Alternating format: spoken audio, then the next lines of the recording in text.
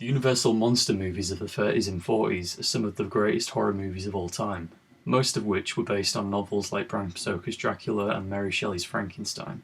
But my favourite of these movies would have to be The Invisible Man, which was of course based on the H.G. Wells novel of the same title. The film was directed by James Whale, who also directed Frankenstein and the very underappreciated classic The Old Dark House. Claude Rains plays Dr. Jack Griffin, a scientist who discovers a formula to turn himself invisible, but then finds he's unable to turn himself back visible.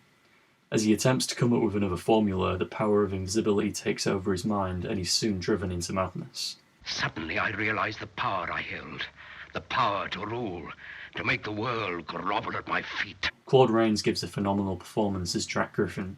His voice fits perfectly with the role and really brings out the character's evil, maniacal side. Even the moon's frightened of me, frightened to death. You kind of feel sympathy for the character due to the situation he's in. It's a bittersweet mix of emotions.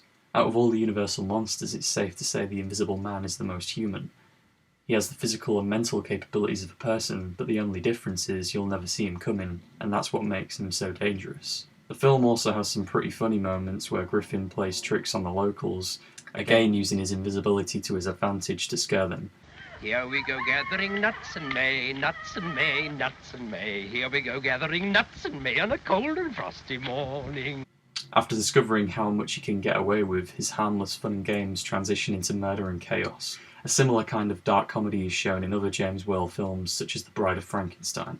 Special effects in the movie are pretty groundbreaking for the time of its release. Only 6 years after talkies were introduced, you can imagine the effect these kind of special effects had on the audience of its era. The scene where Griffin unveils his bandages to reveal nothing underneath is such a great moment in the film and is pretty impressive when rewatched today almost 90 years later. Put the handcuffs on. How can I handcuff a blooming shirt? The book by H.G. Wells is also something to check out. It's short and sweet and definitely an enjoyable read. It's great to visit the original literature these films are based on after watching the movies, as it really opens you up to the world and gives you a chance to see the inspiration which provided its own inspiration for the movies of the future.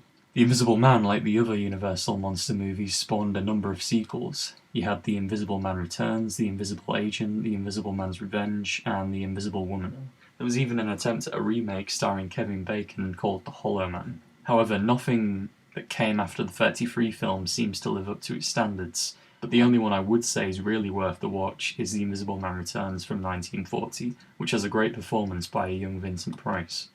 Overall, out of all the Universal monsters, The Invisible Man is by far my favourite.